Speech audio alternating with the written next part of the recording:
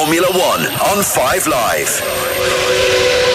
And a very good afternoon to you from Silverstone. It's the British Grand Prix weekend, and you join us in the commentary box that sits on the top of the Formula One garages, overlooking the pit lane and the start-finish straight, which is bathed in sunlight, blue skies, beautiful conditions to kick off proceedings here on a Friday. And it's a sprint weekend too, so there is no waiting around. A crucial first and only practice session coming your way then in just a few minutes. It's Harry Benjamin up with you in the commentary box. Our eyes it is on the ground though.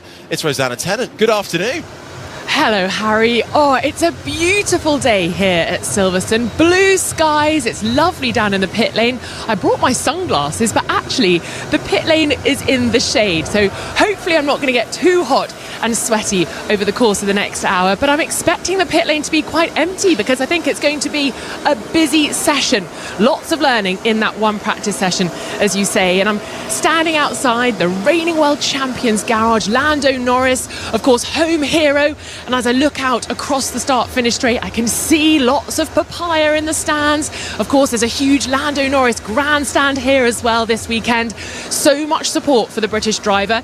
It might be a tricky weekend for him, but he's looking cool. He's looking calm and collected, Harry. I've just been watching him sit on the step he usually uses to get into the car, just with his legs crossed. Looked like he was in a little world of his own, getting in the zone ahead of this practice session. And he's now just getting bolted into the car by two of the McLaren mechanics with that incredible bright neon helmet on. And they've got a different livery this weekend, so no papaya. It's a little bit different, white and green livery for the McLarens this weekend. But people starting to get ready now for that one practice session. Really looking forward to this one. Yeah, I think we all are. Thanks, Rosanna. And of course, the Lando stand here absolutely packed out. I think enlarged for this year as well. Such was its popularity in Silverstone, expecting 600,000 people in the grandstands across the weekend, which will be immense. I think last year we already broke a record and made a new one. So let's see how that unfolds over the course of the weekend. Up in the commentary box, I am not alone. I'm joined by the BBC F1 correspondent Andrew Benson and current championship leader in F1 Academy, Alicia Pomorski. How are you, Alicia? I'm very good, thank you, and thank you so much for having me here. It's actually my first time in a real live commentary box, so I'm super excited. Are you feeling the pressure? I am, absolutely. More pressure than before a race. I was going to say, you're racing this weekend, right? So pressure up in the commentary box, and then how's that going to compare when you get in the cockpit? It's just a very different environment. It's quite calm, actually. It's calmer than what I'm used to. I'm used to chaos with mechanics running around, everything being made, last-minute setup changes, so it's quite nice and calm until the cars get out on track, and then I'm sure it'll get a little bit louder. You should see some of the last-minute setup changes we have to make in the commentary box, though, sometimes. Producer Paddy really does put us through our paces. But we'll talk more about what's going on with F1 Academy over the course of this session. And Andrew Benson, you've been here, there and everywhere. Some pretty big interviews in the build-up to this weekend, Lando Norris being one of them. You can listen to that on the Checkered Flag podcast in full. What else have you been gleaning from the weekend so far? Well, it's relatively quiet news-wise at the moment. There's a bit of buzz at the moment about the engines. Unfortunately, I won't get into that too much detail. The drivers, this is one of the worst circuits, unfortunately, for these new 2026 engines, which is a shame because it's one of the best circuits for drivers, and it's taking away from that a bit. But really, it's just everybody just loves Silverstone as an event. It has its awkwardnesses, it's a bit tricky to get in and out of sometimes, but as a track, as a carnival atmosphere, it's like almost nowhere else, and everybody looks forward to it as a result. And the weather this weekend, of course, is doing everything it can to make the occasion even grander.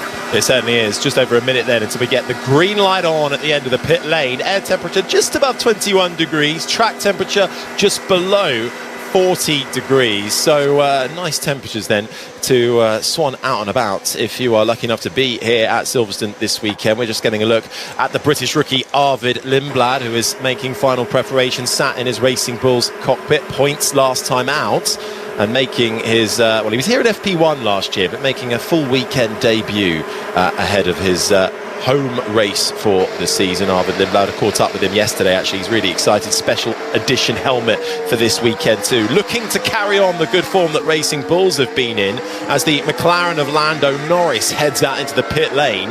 Let's just bring you up to speed then before the session starts with how the championship standings look. And in fact, it's Lewis Hamilton has beat them all to it right at the end of the pit lane, waiting for the green light to be first out on track. It's Kimi Antonelli though for Mercedes, who comes into this weekend continuing as championship leader with 171 points to his name, 40 clear of George Russell after his victory last time out in Austria. Lewis Hamilton sits third, a further 6 points adrift. Then it's Oscar Piastri and Lando Norris, the top 5.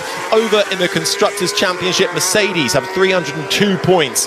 They lead the way by 98 ahead of Ferrari. Then it's McLaren, Red Bull and Alpine, the top 5. Racing Bulls are 6th, then Haas, Williams, Audi and Aston Martin, all with points on the board. The top 10, Cadillac still yet to get off the mark, the newest team in Formula One, down in 11th after a pretty rough ride last time out in Austria as well. But then cars out on track, Lewis Hamilton making his way now down the Wellington Straight into the left-hander through Luffield. And Alicia, you've raced here before. What is it like, the feeling of coming out in the pit lane, and how challenging is this circuit? Well, I absolutely love this circuit. I think it's actually my favourite circuit. I might be a little bit biased being British, but it's just so cool. It's an old school circuit, so it's a big challenge for the drivers. There's high speed sections, obviously, from where Lewis Hamilton is right now, heading towards Maggotts and Beckett's, but also low speed challenges, turn 3, turn 4. So in terms of car setup, it's a very difficult compromise for the teams to make, where you want rear stability in high speed, but you want that rotation and good traction out of low speed. So it's a big challenge. It's actually my first time racing here at the British Grand Prix. So although I've raced here at Silverstone, I've not had the grandstands as full as this. So it's a really cool experience this weekend for me as well. It's an absolutely stacked support category for this weekend. F2, F3, Porsches are here, and F1 Academy as well. Obviously, last time out in F1 Academy, we saw you in Canada, didn't we? And we got the victory, 2 victories in Canada. So you lead the way. So I'm presuming you're just hoping to carry that form forward. There's quite a bit of a gap, though, between Canada and now. So how do you keep sharp? Yeah, definitely. It's a challenge for us. I think in F1 Academy, we just have the 6 race weekends. So we have prolonged periods in between each race weekend. A lot of sim, a lot of gym work. That's basically my life, sim and gym at the moment, to be honest. But the simulator, same. Yeah, obviously. But the simulator preparation is more important than ever in F1 Academy, because there's such limited track time on race weekends like this. So we just had FP1 for us in F1 Academy this morning, similar to what you're seeing from F1 now, and then we go straight into qualifying later today at 6 p.m. So we're all actually on the same schedule, F1, F2, F3 and F1 Academy, having one practice session and then straight into qualifying later on today.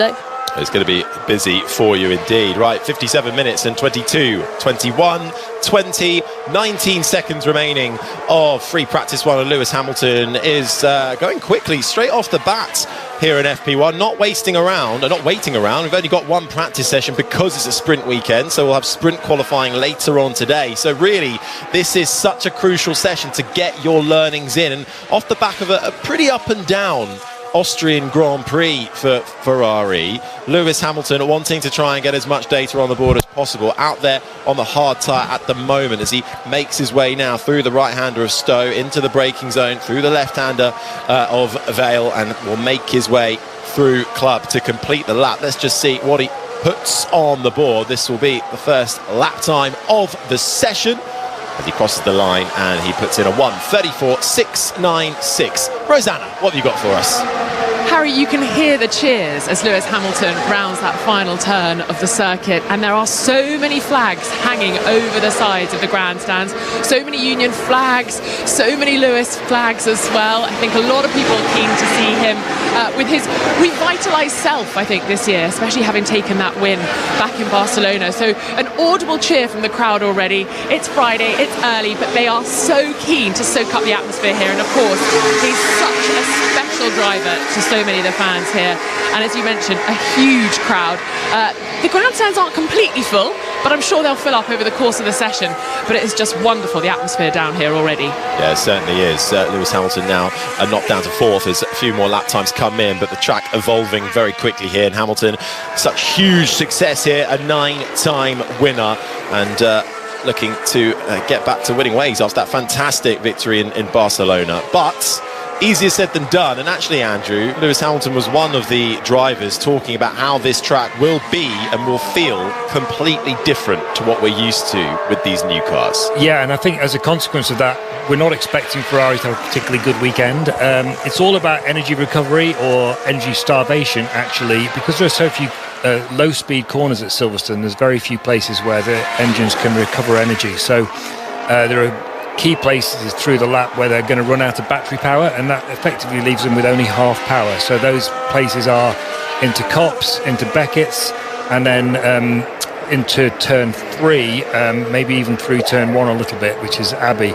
It's a shame because it means through those, Copse and Beckett's are the two most, as Alicia would warrant, they're the two most challenging parts of the track, basically. And the cars will be beginning to slow down through those corners as a consequence of this energy management situation. How much it affects the middle part of Beckett's, I'm not so sure, because of course the Beckett swerves, the cars are slowing down through them as naturally, because the corners get tighter and tighter until you get to the very last curve at Chapel. So it may be that the parts of Beckett's are still grip limited, but Copse is one where these engines are really going to impact the driver's ability to make a difference, because, well, last year it was completely flat in qualifying, so it wasn't really a driver differentiation corner, but this year it might have been, because the cars have got less downforce, but because the engines have been starting to lose power through there, they'll be recovering energy through that corner. So instead of having 1,000 horsepower driving the car through it, they'll only be having about 520 or something. Obviously that makes a big difference to how much strain the car is under, and that's why the drivers, not just Hamilton, Fernando Alonso, Lando Norris, Oscar Piastri, basically anyone you asked yesterday was talking about this. Formula 1 is trying to solve this with some engine regulation changes for next year and 2028.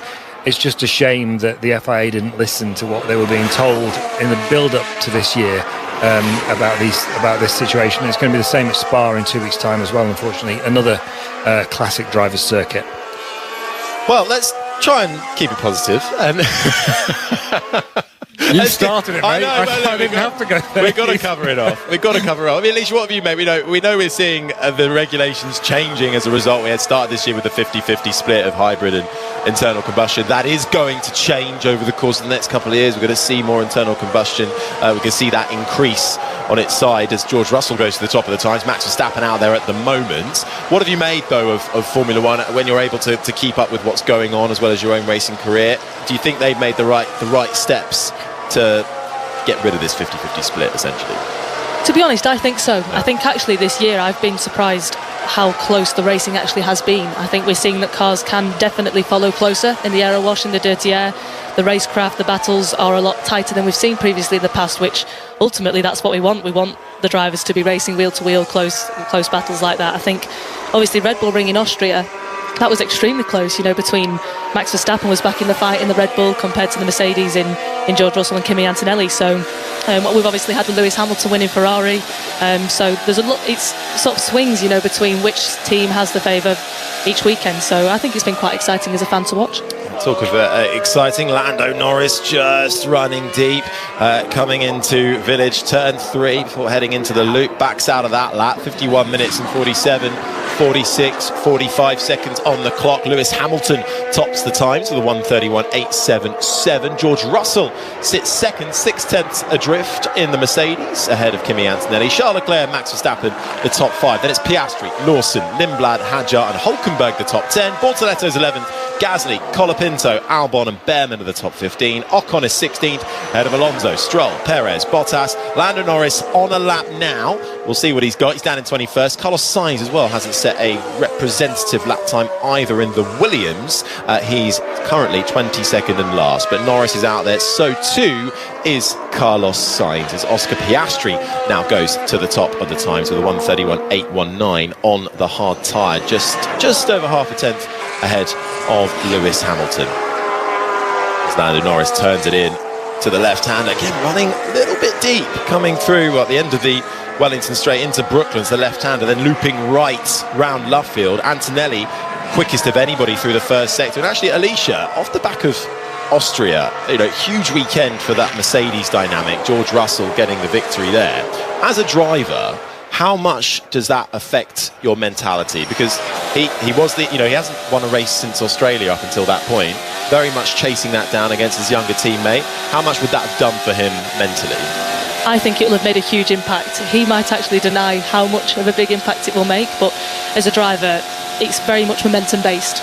When you get on a nice rhythm, in a nice flow, then that's where the results begin to come. So it's very much a confidence driven sport, I believe. I think it's a very mentally challenging, especially when it's your teammate in the same car. That's the main person that you can compare against, especially in this era of the different cars. Your teammate is the only one you can get a direct comparison from. So for George to get the momentum back going, I'll be excited to see how he does at his home Grand Prix, obviously here at Silverstone this weekend. Yeah, and as his teammate Kimi Antonelli goes fastest in both the first and second sector, and I think, if I'm looking, he has just missed out on the top spot there on the timings, Harry. But Kimi Antonelli's had so much momentum, hasn't he? And I think he's feeling hungrier than ever, because actually the last couple of races really haven't gone his way. A few mistakes last time out in Austria, of course the DNF in Barcelona as well. So he's saying he's hungrier than ever. He's got a fire in his belly coming into this weekend. And we know from our friend Juan Pablo Montoya, who says it's always nice to win in your teammate's home race. So I think Kimi's probably out to take victory this weekend to spoil George Russell's party here at Silverstone. Well, I think Max Verstappen will try and do that as well. Hadjar to the top of the time. Verstappen flying through the first sector. See what he's got once he gets through the middle sector. Lewis Hamilton on for a personal best coming into the final few corners now. Chucks it through the left. The Scarlet Ferrari shines with the sun beating down on it. His yellow helmet bright as he heads to the top of the times by over 2.5 tenths of a second for Lewis Hamilton. A 1:31.434. This is the sound of Max Verstappen. He slows it down into the right-hander of Stowe, and then it's a short blast downhill, then slightly heads up over a crest before you turn it in, clip the apex, then immediately shift the car over to the right-hand side, and it's a double right-hander. Carry the momentum through as you cross the line round the final corner, and it's now Verstappen to the top, a 1:31.277, a tenth and a half ahead of Lewis Hamilton. Decent lap from Verstappen, but early stages. Max Verstappen, the most successful driver in Formula One sprints, 13 wins, 10 pole positions to his name. George Russell, though, has actually done well with sprints this year. 2 sprint wins so far from the 3 we've had. But, Alicia, from what Rosanna was saying about Kimi, he's got this sizable gap at the top of the championship. I mean, you've got a 25-point gap, which is not as comfortable as 40 points, but it's still a sizable gap. How do you feel when you've got the gap, when you're ahead? Are you looking over your shoulder? I think this is a great question, because many people have different opinions on this. I think a lot of people think when you have a substantial championship lead that adds additional pressure to you to obviously maintain that. You're the one being chased, and maybe you might let your guard down, make mistakes, and that's where people then can prioritise on that and capitalise on that. Whereas for me, I actually feel like it's taken a lot of pressure off myself. I obviously don't know how Kimi Antonelli will feel. He's obviously under a lot more pressure being in Formula One than I am in F1 Academy. But I feel like if I just keep doing what I'm doing, make no mistakes, everybody else has to beat me, whereas I don't have to beat them to maintain the lead. So I think it really depends what mentality you want to put on it and what slant you want to look at it from, what angle. So there's pros and cons, but obviously you want to be out front leading the championship. That's where we all want to be, so it is a nice place to be in. That's really interesting. And then, is it also true that do you feel like you get a boost by racing at home? Does that help you? I think so, to be honest. I'm just so excited. It's just a dream come true for me to be at Silverstone this weekend. I mean, I remember 10 years ago, back in 2015, I was 8 years old. I dragged my mum and dad with me with the deck chairs at 6 a.m, waiting for the gates to open just so that we could get the best view of the F1 cars. So now to be at the other side of the fence, actually racing on that race weekend, have the support from family and friends, the grandstand's full of British flags, it's just a super special feeling. Yeah. Well, Benson, do you remember who won that race? Which race was that, sorry? 2015. So I was thinking back to my own first race, which was considerably longer ago than that. 2015, it would be Hamilton probably, would it? I imagine so, yeah. It would have been Hamilton. Your first race, who was it? Giuseppe Farina who won that one? Farina? No, that was Alain Prost. Yeah. I wasn't born yet. No, thanks for that, Alicia. Yeah. My one was 2013 British Grand Prix, my first race actually here. I think I might have been 17. I think when I watched that race, 17. It was the last year of the V8s before they brought in the hybrids. and I was watching down at Farm, and it was as Alex Albon runs wide on the way through that corner, and it was just an incredible. You had the sound as well, but also, but I'm not one of those people that's married to the sound either. Probably shouldn't say that, sacrilege, I know, but you can't have a conversation. I completely agree with you.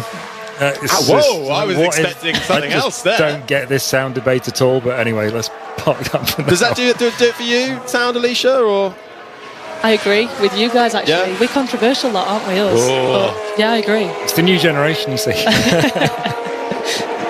I was just checking. Nico Rosberg actually won. He won the 2013 British Grand Prix. Yeah.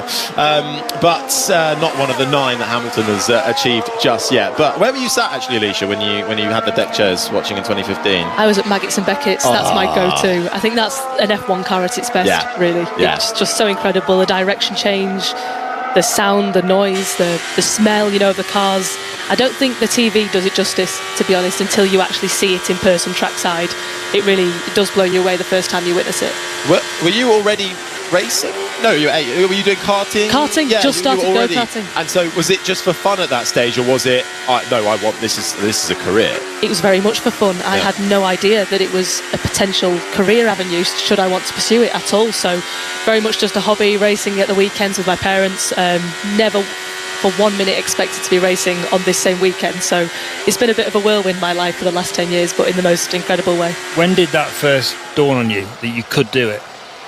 Great question. I think when I made the transition from go-kart racing into car racing, I won the Ginetta Junior Scholarship, which gave me the opportunity to make that transition and compete in Ginetta Juniors, which is a championship where actually Lando Norris made his car racing debut. I think that's when I realised, having won the scholarship, I beat sort of 60 to 70 entrants.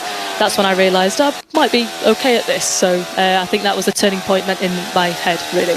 Did you ever have a girls aren't supposed to do this question in your head?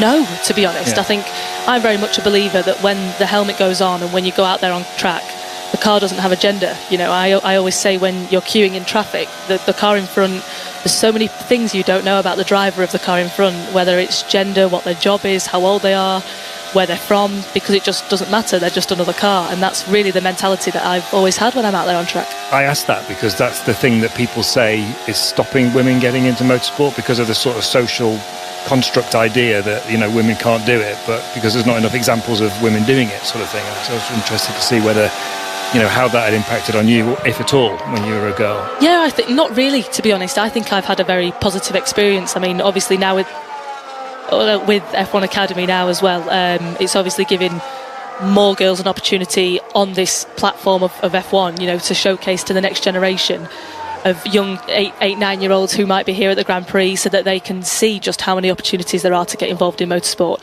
I really just think it's a numbers game. I think we'll definitely see a female in F1. It's a case of when, not if. I mean, we've also got to remember there's 22 F1 drivers in the entire world, and these are the best drivers. So, it comes down to grassroots levels in karting, just the amount of males versus females that are competing. I think that's ultimately what we're lacking at the moment, but we're definitely heading in the right direction.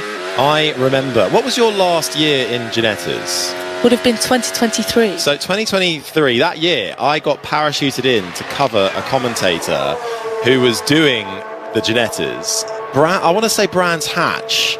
And my naivety, I wasn't expected to do the Ginettas, so I hadn't really prepared to do it. And it's a big field. There's a lot of cars in there. And I didn't know. All it said was Pomałski. I didn't know who Pomałski was, but with a lot of the other drivers, didn't know who they were, their backgrounds. But all I remember was carving your way through the field in one of those races. Pomałski was picking them off one by one. It was incredible. Thank you. Yeah, you're welcome. That's good to know.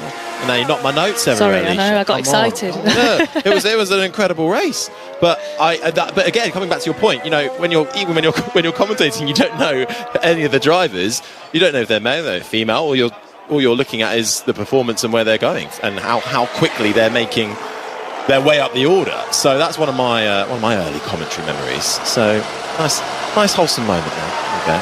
But 40 minutes and 55, 54, 53 seconds on the clock. Let's check back in with some of the track action, shall we? Isaac Hadjar is fastest by 7 thousandths of a second to Kimi Antonelli. George Russell's third, Verstappen, Piastri the top 5. Then comes Charles Leclerc, Hamilton, Norris, Lawson, Nico Hülkenberg the top 10. Bortoletto, Lindblad, Behrman, Ocon and Sainz the top 15, with Gasly, Colapinto, Albon, Perez, Bottas, Alonso and Stroll making up the remainder of the field, as we just seen Arvid Lindblad making his way around the lap. The sound we're listening to now is Lewis Hamilton.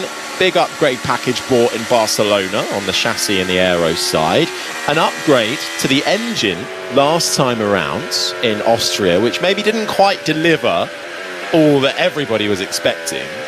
And now we head to a very different type of track as Kimi Antonelli just runs deep, coming through turn 3 as well. And I've been noticing Lando Norris is really, maybe both McLarens, when they're coming into Luffield and out through Brooklands, really running quite deep and onto the exit curb there, preferring that kind of line. As Verstappen clouts the curbs, kicks up a bit of dust, and some sparks fly from the underside of that Red Bull as well. Have you had much dealings with Max this year, Alicia, and seeing how he works as a top-level driver at this sport?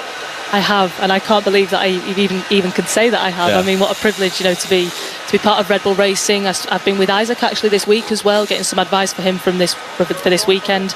It's incredible, not just to speak to them and ask questions, but just to observe, how they interact with the engineers, how they work with the teams, the questions they ask, what's important to them, what isn't. I learn all the time, so it's such an incredibly privileged position that I'm in, to have access to drivers like this in this early stage of my career in order to learn. So yeah, it's incredible. We'll talk of Red Bull. Rosanna's down outside the garage. Yeah, I've just been watching a mechanic give the front wing a bit of a nudge, I think, just to check it wasn't damaged. But Verstappen is just sitting very quietly in the garage. His trainer Rupert just holding the fan over him to obviously keep him a bit cool while the mechanics put the finishing touches to the car. We've got the tyres on, so he looks like he's ready to go out. So no damage, it looks like, from that little off that we saw earlier on, but just making sure no little bits are going to come loose. But I feel like the mechanic gave the front wing a bit more of a nudge than I would. You always want to tread carefully with these F1 cars. It's all fine markers and very sensitive material you're dealing with. Yeah, don't break anything, Rosanna. Just over half an hour remaining of this session. Then everybody has been out on track. Lance Stroll with the least amount of running of anybody at the moment. 7 laps completed for his Aston Martin.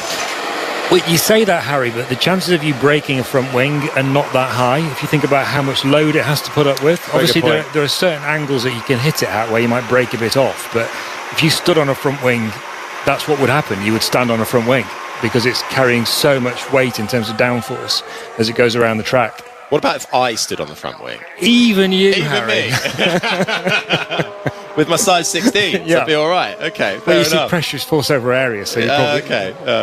Well, that sounds like, we can make that happen as a bit of a Red Bull feature. I think, there we go. Alicia, sort us out. We can make that one work. I've got some contacts. I'll see what I can do. We'll sort that out.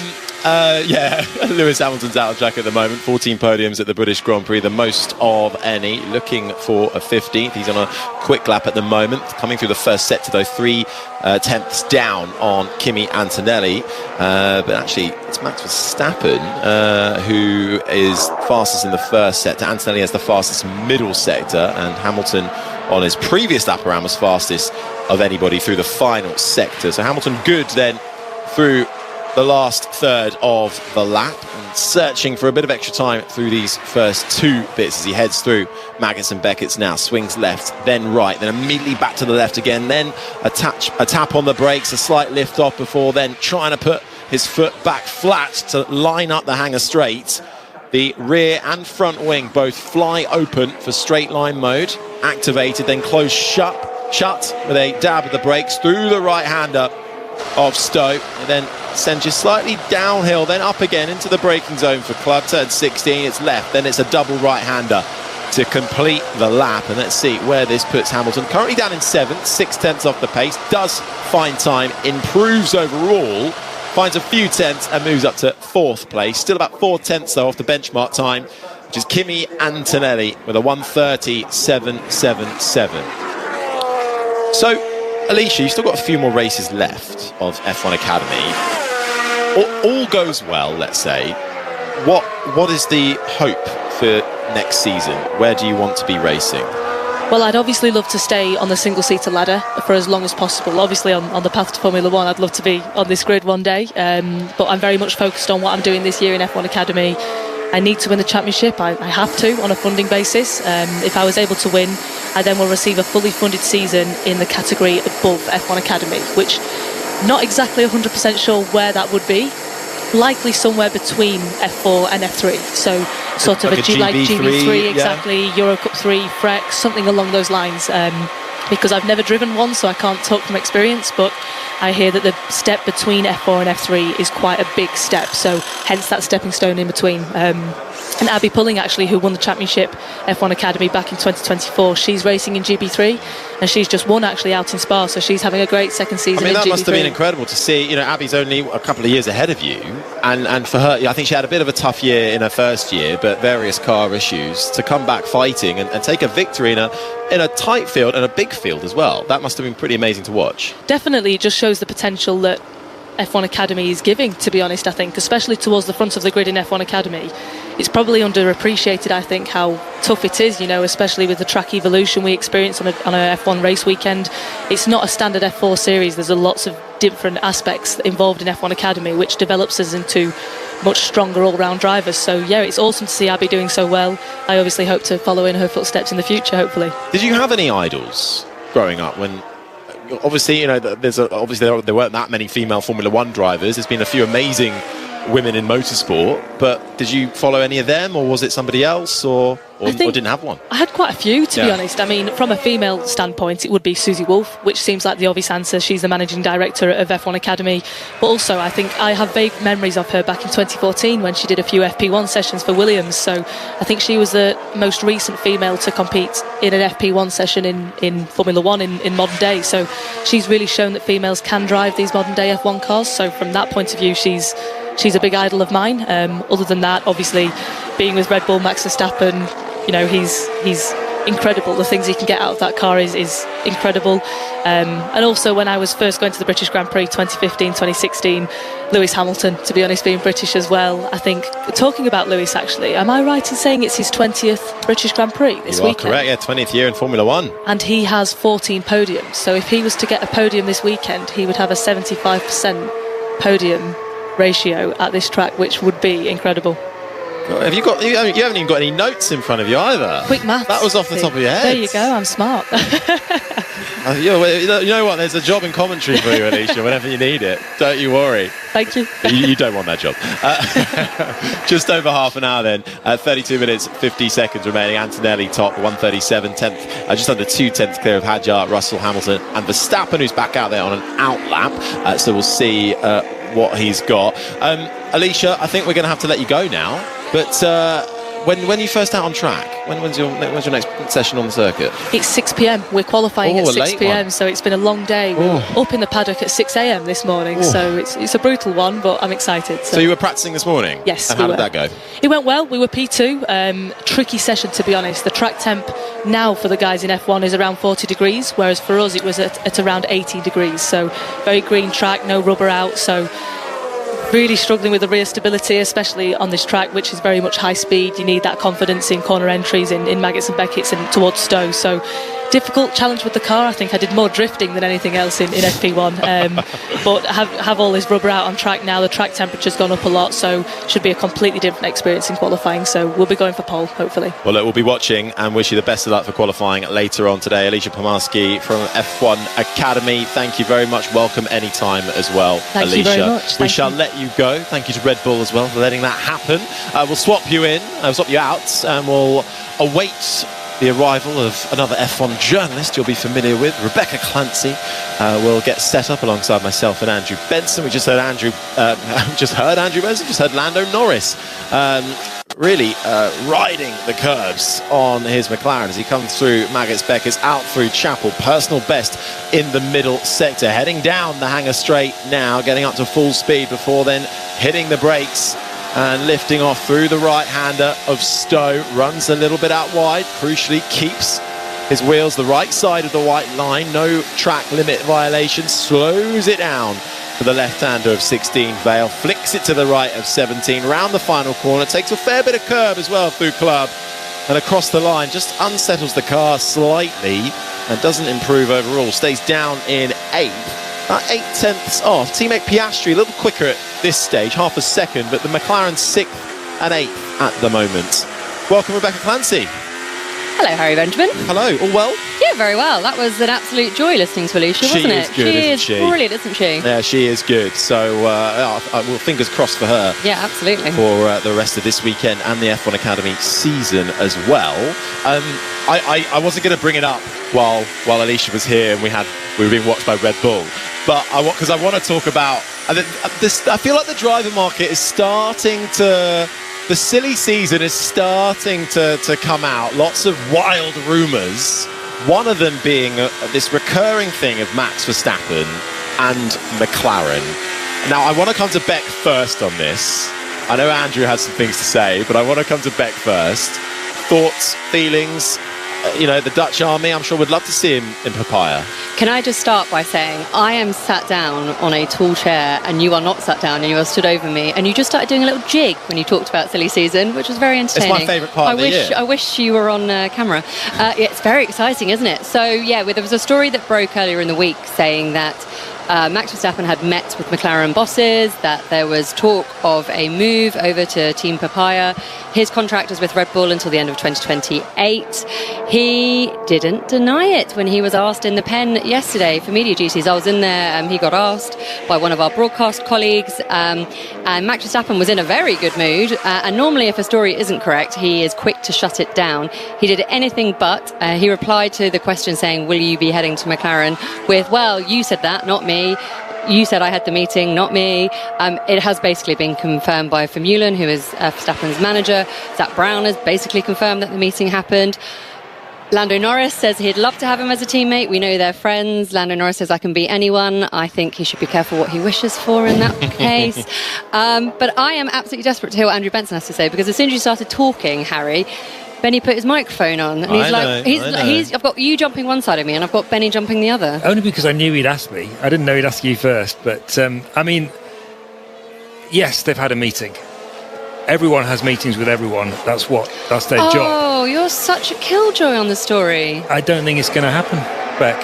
Why? I don't think it's going to happen next year. I do agree with that.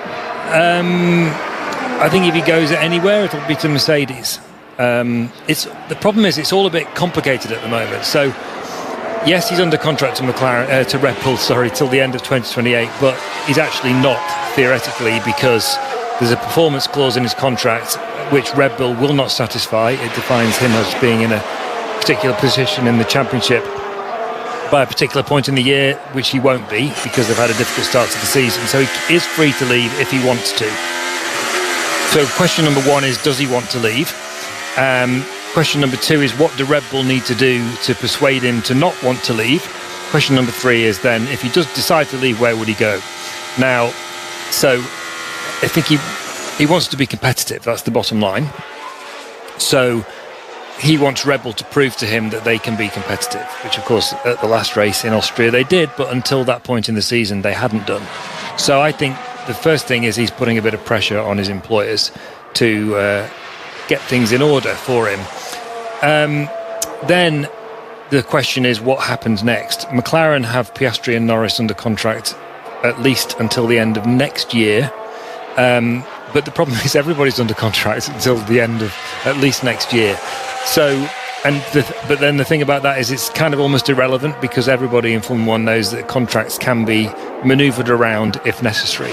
So the bottom line is nobody knows what's going to happen. Nobody can say, yes, he'll leave Red Bull and go to McLaren. Nobody will say, no, he won't leave Red Bull. No one will say he'll go to Mercedes, whatever. But I think in the grand scheme of things, if we're talking about probability, it's quite low that would happen. I don't agree with you.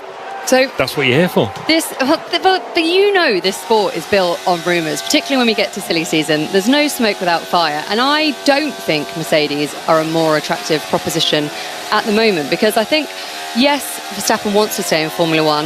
Yes, McLaren and Mercedes could both afford his salary.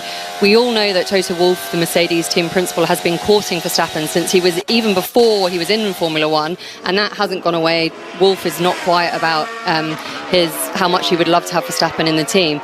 But I think what McLaren can offer Verstappen is the fact that if he turns around and says, I want to do Le Mans, Zak Brown can say, I have a team that races there. I want to go and race in America. I have a team for that. I want to go and do Bathurst.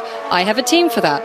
It offers him so many different opportunities. And we've seen a fairly unhappy Max Verstappen this year going off and doing his GT racing and loving it and being competitive. But I think McLaren offer him something which perhaps he hadn't really considered before this year. And so now they're starting to have these meetings. And actually, it's become a much more interesting proposition than perhaps Mercedes. Yes, and you're right, he wants a championship-winning car. But McLaren know how to win championships. They won both titles last year. So it is possible. I'm not saying it's not possible. I did not say that, did I? The other thing that's in its favour is Giampiero Lambiase is going there by 2028 at the latest. And half of Red Bull are already there. And quite a few people from Red Bull have already gone, like Will Courtney, Rob Marshall. That's the sporting director of McLaren and the chief designer of McLaren, respectively. So yes, there are a lot of logical reasons, but the fact remains that we just don't know. Now, and I don't really want to say any more than that because we just don't know.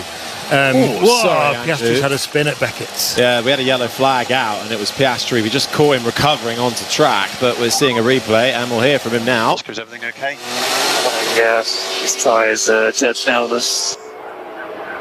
And Piastri out there on the hard tyre and just losing it as he was coming through Beckett's through the right-hand sweeper. The back end turns around and him slams on the brake and just gets it stopped and turned back around before he finds a barrier. So you can make a case for any eventuality you want. That's the bottom line. The other thing I would say is Zak Brown, the McLaren CEO, has come out since he hasn't denied the meeting took place because it did take place, but he's also said he wants to keep Norris and Piastri in their seats for the long term, basically. He likes the culture that's created. He's created there, right? And if you put a Verstappen in, you change the culture. Yeah, oh, exactly. Come on, he just wants to win championships.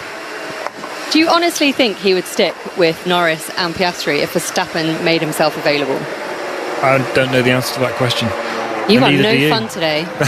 But also, on your point about McLaren, okay, we can offer you a hypercar team, we can offer you whatever you want team. Max can go to anybody at any time. Yeah. And go, I want to race in WEC in hypercar. You've got to drive. They'll be like, yeah, sure. Come. Yeah, no, and of course, I'm not saying that he can't. And obviously, he can have his own team as well, which he has been doing. But McLaren are going to turn around and make his life as easy as possible and say, we'll pay you 100 million to race in Formula One, and we'll also give you teams as and when, wherever you want. No one in his team is having to go out and find and waste resources, and it is quite literally laid out on a plate for him and saying, take your pick, what do you want to do? I mean, that's quite a nice way to see out your years, isn't it? All right, Beck, neck on the line. Is he going to McLaren or not? Why do I have to put my neck on the line, but you don't? I'm going to. Oh, right, okay, here we go. Neck on the line, not next year, no. I think he stays with Red Bull next year. And the year after?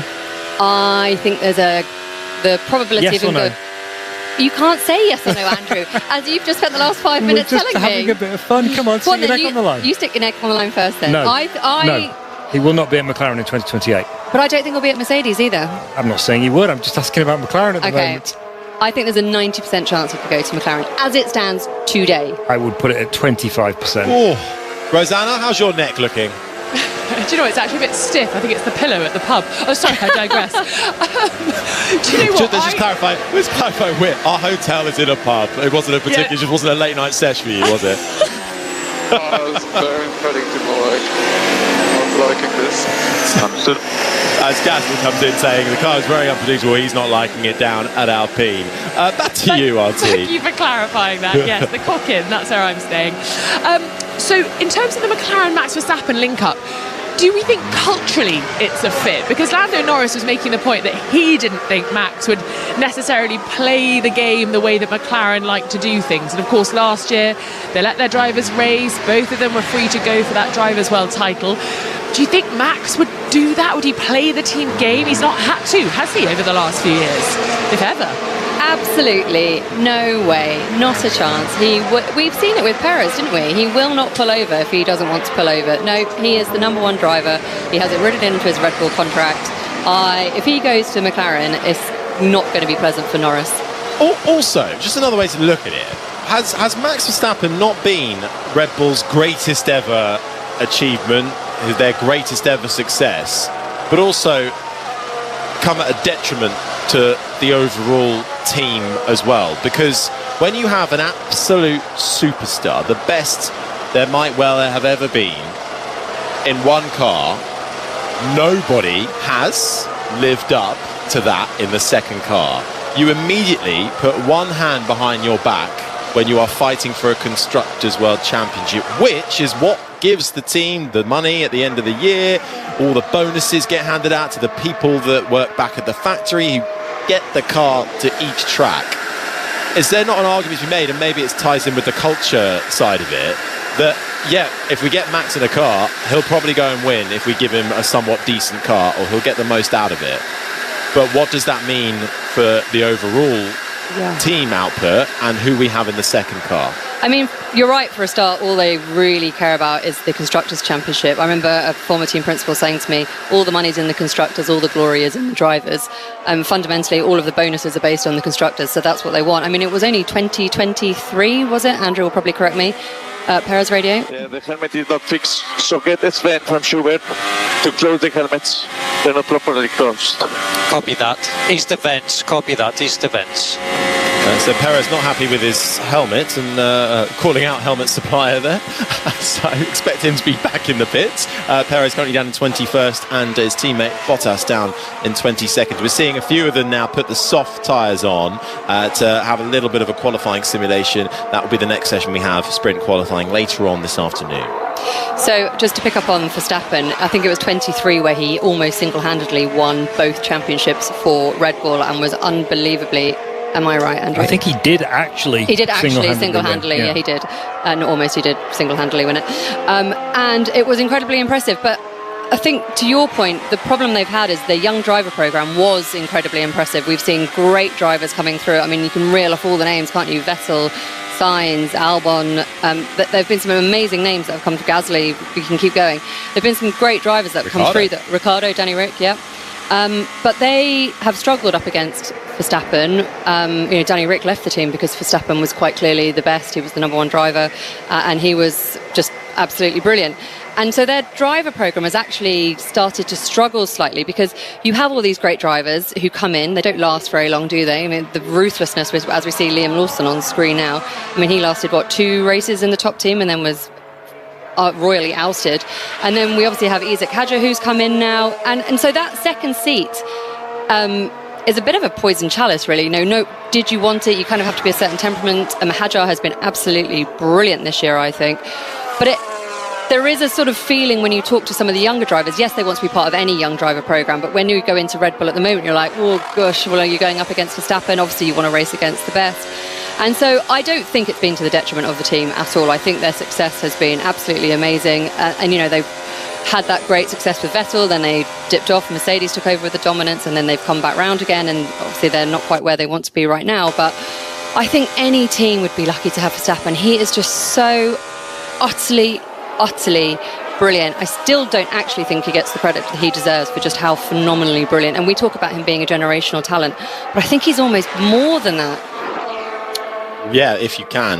Somehow, if there's like a way you almost describing that. Yeah, he's just absolutely outstanding. Well, you know what? As we're seeing a bit of wheel-to-wheel racing here between Liam Lawson, who dives down the inside of the Audi of Nico Hülkenberg. Hülkenberg swings back around on the outside through the loop as Lawson bails out of his lap, and Hülkenberg heads on his way down the Wellington Straight. But actually, good segue to Racing Bulls there. Liam Lawson and Arvid Lindblad having a brilliant time of it down at Racing Bulls at the moment, both getting in the points, although there was a bit of team radio, team orders politics going on down there, which was sort of missed over the Austrian Grand Prix weekend. However, that is supposedly the junior team where they like to see how their Red Bull programme affiliated drivers get on. Lawson, as you said, had that spell of 2 races at Red Bull and then got demoted. What the is that? It is quite unacceptable there. That's crazy. Now that's Lawson's response to Hulkenberg feeding out of the pit lane, actually. We only caught the end of it, and just seeing a replay of it now, Lawson was out on track looking for a quick lap, and Hulkenberg rather showing him the door and moves on his way. So lucky not to have a bit of contact then. He's getting the last quarter of this session. Lindblad's out on track as well in the other Racing Bulls. Hearing a lot of chat though about a potential driver change down at Racing Bulls. Nikola Zolov, who is Bulgarian in the Red Bull Junior programme, currently sits second in Formula 2. That's a name that's suddenly coming to the surface more and more. But Beck, why would you get rid of Lindblad and Lawson, who appear to be delivering right now? You wouldn't. Zolov has sort of come out of nowhere, really. He's had an incredible F2 season. Really impressive, as you say, sitting second at the moment. I think Lawson's actually giving them a bit of a headache because he has had a great season. He's currently sitting 10th in the Drivers' Championship, which is actually very good. Arvid Lindblad, obviously, still in his rookie season, and he's been absolutely brilliant for that team. What I think Racing Bulls needs, obviously, like you mentioned, it's the junior team, and so they want to bring up their drivers through it, but it does also need a little bit of consistency as well. Obviously, it works with the bigger sister team of Red Bull, but I think those 2 drivers have been so impressive this season, more than I think anyone actually expected. We talked about Liam Lawson in those 2 races and then being demoted. How he has conducted himself is incredibly impressive. He deserves to be on the grid. He deserves that seat at Racing Bulls. I think Arvid Lindblad has also been stronger than they perhaps expected. So I think they will be okay at the moment in those 2 seats. Points in 6 out of the 8 Grand Prix so far, off the back of 3 consecutive top 10 starts and finishes for Liam Lawson. Certainly it's one way to bounce back. But of course, his teammate is a rookie and is still learning and gaining with experience. We just had a look as well at Oliver Behrman down at Haas, one of the other British drivers there, a Ferrari junior driver, and while his future looks pretty safe at Haas and has always been touted as a future Ferrari driver, it's the other side of the garage where the rumours will not go away. They were really around from last year. Esteban Ocon, the Frenchman who sits in the other seats, it just, the more I read about it, the more you talk to people in the paddock, the more you see the results on track as well. He's been out-qualified by Behrman in 6 of the 8 Grand Prix this year and has always struggled. There's always something wrong with the car. They've changed this, they've changed that. Feels like this could be a last year for Esteban Ocon in Formula 1. Well, the chatter isn't that he's going to get the year. Wow. The chatter is that Fornaroli, he tested a previous car. He was incredibly impressive. In fact, more than they were expecting that he would be. And he could be in after the summer break. That's apparently, it's just chatter in the paddock.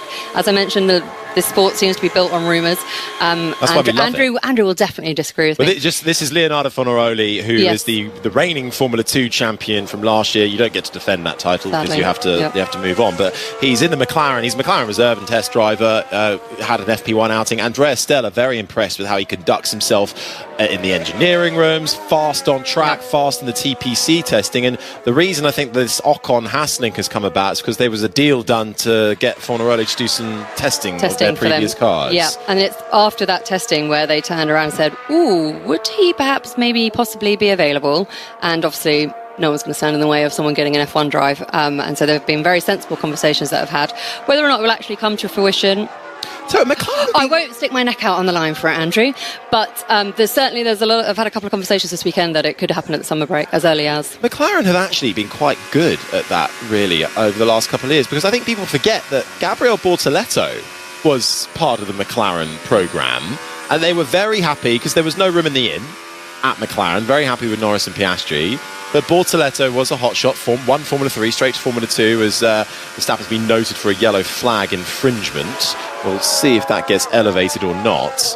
But McLaren are quite good at finding talent. Okay, they don't have the Formula 1 seat to put them in, but they can give them testing and they can show them off to other teams that might be interested. And obviously Sauber and now Audi were very interested in Bortoleto and took him on and now back him fully. Same could very well be done for Leonardo Fornaroli. Yeah, Alex Dunn as well, Irish driver, a bright talent of Science Radio. How much lap time people finding on soft? We expect 1 second. Wow, 1 second improvement on the soft tyres. What Carlos Sainz's engineer is saying. And Oscar Piastri looking like he's backing that up through the first sector for the Australian round. Luffield at turn 7, the never-ending right-hander that sets you up for the short blast down towards a flat-out right-hander of Copse. Fastest of anybody, nearly half a second up through the first sector. 11 minutes in at 15 seconds to go. Verstappen's yellow flag infringement has been reviewed. No further investigation on that front. It's Hamilton still top of the times after we had that hard tyre running, and now seeing a few more try out the soft tyre and the medium tyre actually. Lindblad and Lawson, the Racing Bulls, both out there on the medium. Russell finding time through the first sector. He's half a second up. We're getting the qualifying simulations well and truly underway now. Piastri continues to find time in the McLaren, now fastest of anybody through the middle sector. This should put Oscar Piastri to the top of the times, but George Russell might well be right there with him. Piastri will come across the line first, for the man who's qualified 7th in the last 3 consecutive races, to the top of the times in free practice 1. It's a 1:30.147. Just over 3.5 tenths clear of Hamilton, who set his lap on the hard tyre. He's in the pits at the moment, but Russell looks set to eclipse that time. Nearly 2 tenths up on Piastri through the middle sector.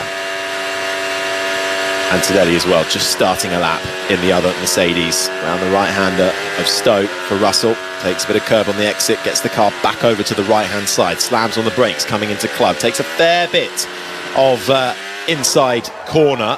Sets himself up nicely for the final 2 corners. And he goes top by 2 tenths of a second, but his teammate is going quicker through the first sector. And this is going to be, Beck, isn't it, a really interesting race to see whether George Russell is back, whether he can now consistently start beating again Kimi Antonelli or being incredibly close, or whether Antonelli can immediately swing back and keep that championship challenge going. I thought it was interesting what Alicia was saying about momentum, and actually, despite what drivers tell us publicly, actually it really does matter. And obviously Russell is coming off the back of that victory last weekend in Austria. I don't think he's been on the podium here, has he, before? And he was talking about it and saying, you know, obviously I'd love to be, but more than that, he just has to get his head down. And every driver wants to win their home race. Lando Norris obviously very successfully did it here last year in what was a thriller of a race, in a wet, dry race. It's going to be dry this weekend.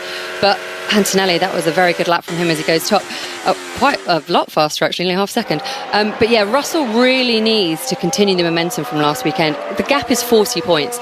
Yes, there's a long way to go in this season. There are however many races are left. We still don't actually fully know. Still lots of conversations about possibly Bahrain or Saudi being shoehorned in the second half of the season, depending on obviously what happens with the war in the Middle East. But he has got to get a grip on this 40-point gap, because it can get away from him. Antonelli seems to be the type of driver where nothing phases him. So, okay, he didn't win last weekend, but he's turned up here today, this weekend in Silverstone, and he was saying in the pen yesterday, oh, you know, maybe I was just a bit too relaxed during qualifying in Australia. And he spent the last few days in the factory looking at what he did wrong. He's been very honest about it, and you can absolutely guarantee he won't be making mistakes this weekend. So Russell has to be fully on it, but at the moment seems to be advantage Antonelli. I think the thing is, Antonelli just looks that much more comfortable in the car from the minute they hit the track on Fridays. Canada and Austria were a similar story. Russell got pole in the end, you know, with a really good lap at the end of qualifying where he brought everything together, but Antonelli's the guy who has to pace all the time. And that's a hard thing for the person in the other car to overcome. When if the pace comes more naturally to you, more easily to you, then everything is just easier, and it becomes easier to win. And you know, okay, the Austria race was hard to read because the 3 drivers at the front all had different tyre lives in the last stint, so it would be wrong to automatically draw the conclusion that Antonelli was the fastest, followed by Verstappen, followed by Russell. Because actually Mercedes believed it was all pretty even when you took into account the tyre life. But it doesn't alter the fact that Antonelli had to fight back from a difficult start to the race and was still on Russell's tail by the end. And same in Canada. You know, Canada was the big race where Russell came back. He won his race. He would have won, or he was leading, sorry, I should say. Got it on pole position after a difficult run. But again, Antonelli was all over him.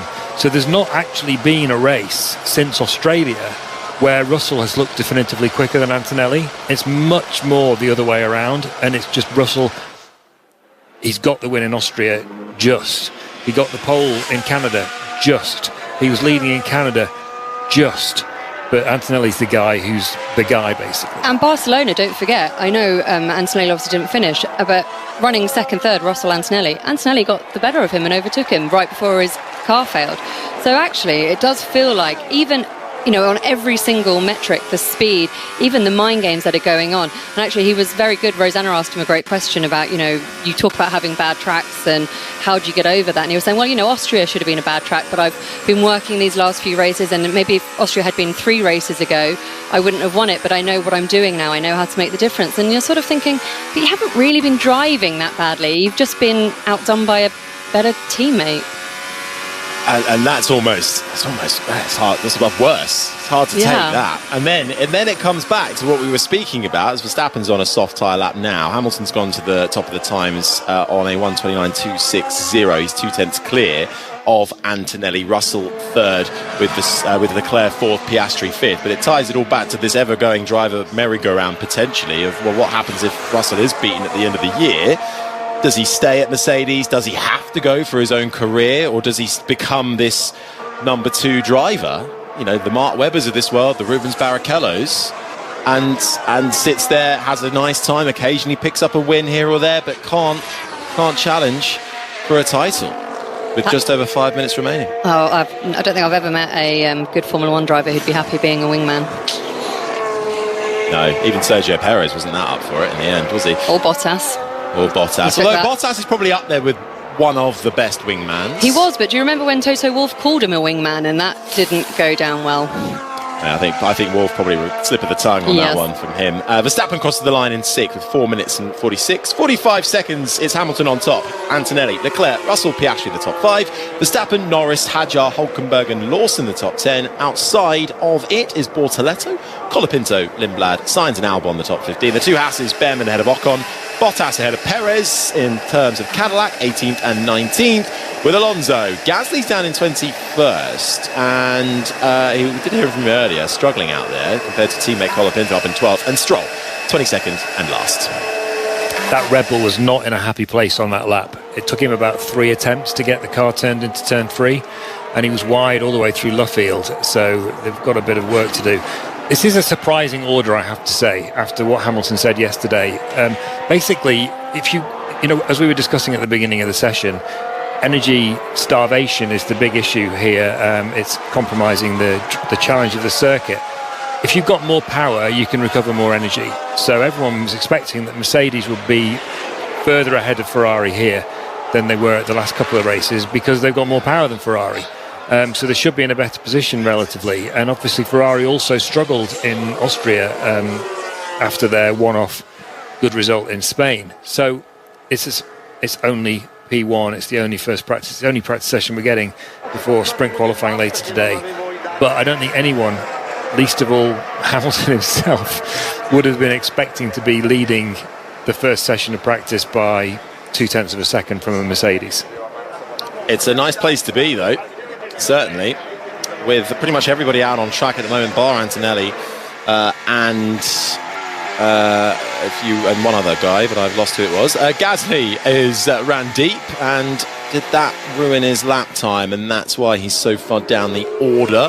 I think it might well have done, as he was coming through Village with just a few more minutes left then of these crucial run plans in the one and only practice session before we go sprint qualifying, which you can hear on 5 Sports Extra later on today. We'll be on air from 4:25 ahead of the green light coming on at the end of the pit lane at 4:30 this afternoon. But before we close out the session, we can check back in with Rosanna.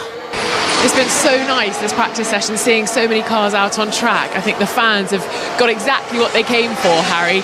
Lining the grandstands, lining the balconies of the hotel that now overlooks the start-finish straight. So plenty of action for them to enjoy with that one practice session. And I'm just watching the Mercedes team gearing up to do a pit stop for George Russell, who's about to come in. His teammate Kimi Antonelli, who we've been talking about, is in the garage.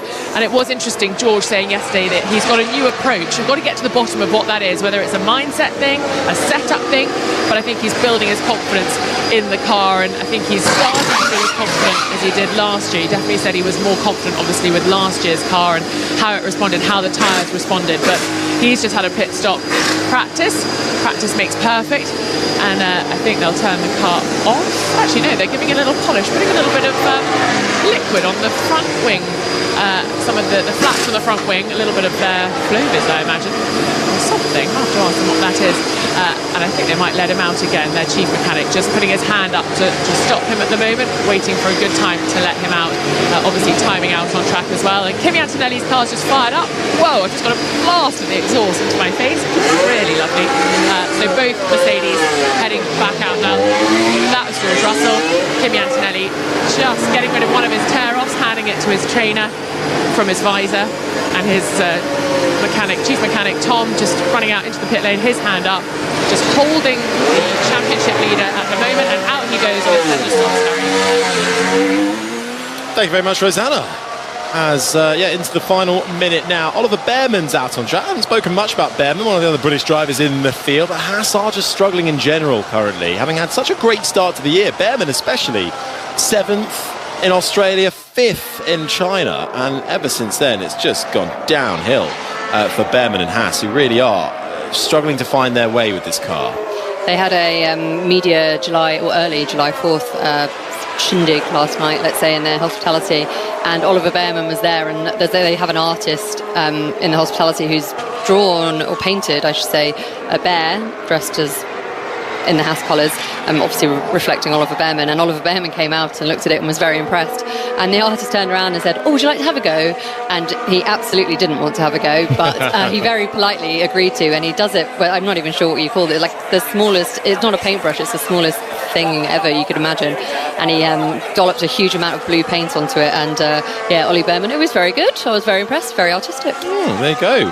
I'm sure he'd want to be spoken about more for his excellent on-track results right now. I think that's the end of their celebrations. Yes. Let's see. At the moment, he's just crossed the line. Checkered flag is out. Behrman 14th at the flag, ahead of teammate Ocon. Verstappen's going to try and get one more go on the soft tyre. Coming through Maggots and Beckers now. Left, then right, then left again, where Piastri lost it just a few laps ago. Neat and tidy for Verstappen. That looked better as he gets flung out of Chapel. Down the hangar straight we go, overtakes a few cars, carrying speed, takes it to the outside before he sweeps into the right-hander of 15 Stowe, lets the car run out wide, then manages to calm it over to the right-hand side before he then hits the brakes into the left-hander of 16, through the right-hand flick of 17 as it arcs round for one final corner. He sees the checkered flag, loses time in that final sector, and overall a second off on that lap. It's enough for 6 tenths, it's enough for 6th at the flag, but it's Lewis Hamilton who tops free practice one, the one and only practice session we get in this sprint weekend. There's something that doesn't sound super nice on the rear. It's probably coming from the engine or something, so just check. Copy, is it just noise or you feel something? I'd say more noise. Copy, checking. Arvid Lindblad not happy with the sound of his Racing Bulls Red Bull Ford powertrain by the sounds of things. Lindblad ending down in 13th. But a good start to the session, Beck, for Lewis Hamilton, and we've actually got some of his young people from Mission 44 watching on in the commentary box, seeing how we do things up here, so not a bad start. The perfect start for Lewis Hamilton. He's won 9 times around here. He has a way of just pulling out a victory when he needs it. He was saying he expected the deficit to be twice as big to Mercedes this weekend. That's what he was telling us yesterday. But it doesn't look like it, does it? No, it doesn't. Flying out of the box for the 7-time world champ. Hamilton quickest, 2 tenths clear of Kimi Antonelli in the Mercedes. Charles Leclerc makes it 2 Ferraris in the top 3. George Russell 4th, ahead of Oscar Piastri. Max Verstappen in 6th, then Lando Norris down in 7th, Isaac Hadjar 8th, with Nico Hulkenberg's Audi in 9th. Liam Lawson's Racing Bulls rounds out the top 10. Franco Colapinto just outside it in 11th, ahead of Gabriel Bortoleto. Lindblad with some potential issues there on his Racing Bulls, down in 13th, with Behrman, Sainz, Ocon, Albon, Bottas the top 18, Sergio Perez down in 19th, Alonso 20th, with Pierre Gasly struggling in that session with his Alpine. 3.7 seconds off the pace. It's not representative of what Gasly can do, down in 21st. Stroll 22nd and last of the runners as they now make their way back to the start grids for those all-important practice starts. So outside then a beck of Ferrari catching our eye. What else have you gleaned from FP1 before we go to the sprint qualifying? Impressive for Mancinelli. Hasn't let that his teammate winning last time out affect him. Also, with that Ferrari, it doesn't just seem to be that Hamilton's good around here, because Leclerc is in third with solid performance from him, and obviously he's had a very difficult couple of races, so that'll be very good for him. Not great from the McLaren pair, and then as you look down the field, as you say, Gasly, but then everything else is pretty much as you would expect. Yeah, absolutely. Well, look, the practice starts are ongoing. We've got lots of coverage for you for the British Grand Prix across this weekend. If you have not listened to it yet already, head to BBC Sounds, just search F1 and your Checkered Flag podcast will come up. Andrew Benson had an exclusive sit down with Lando Norris. That's available for you to listen to. Later on today, we'll have our full preview of the weekend, and you'll hear from the likes of Lewis Hamilton, George Russell, along with Arvid Lindblad. Also had a sit down with Carlos Sainz as well. Took his first career pole position and race victory here back in 2022, and we'll learn about the struggles he's had so far with that Williams team headed by James Vowles. That'll be available later on BBC Sounds and wherever you get your podcasts, plus full coverage on Saturday and Sunday. Next appointment for you will be sprint qualifying later on today. That will be over on Sports Extra on air from 4:25 ahead of the green light coming on at the end of the pit lane at 4:30. Hope you can join us for it. Lewis Hamilton fastest at the end of FP1.